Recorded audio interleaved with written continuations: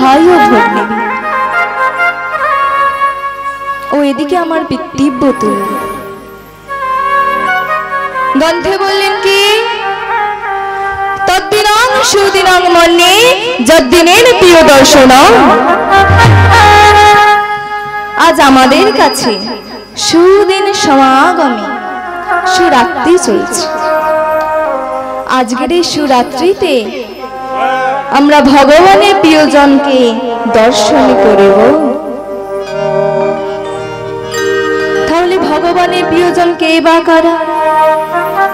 ভগবান নিজস্ব মুখে বললেন নহম তিষ্ঠামি বৈকুণ্ঠে যদি দান হৃদয় রচ মত ভক্ত যত্র গায়ন্তি তত্র তিষ্ঠামি হে নারদ।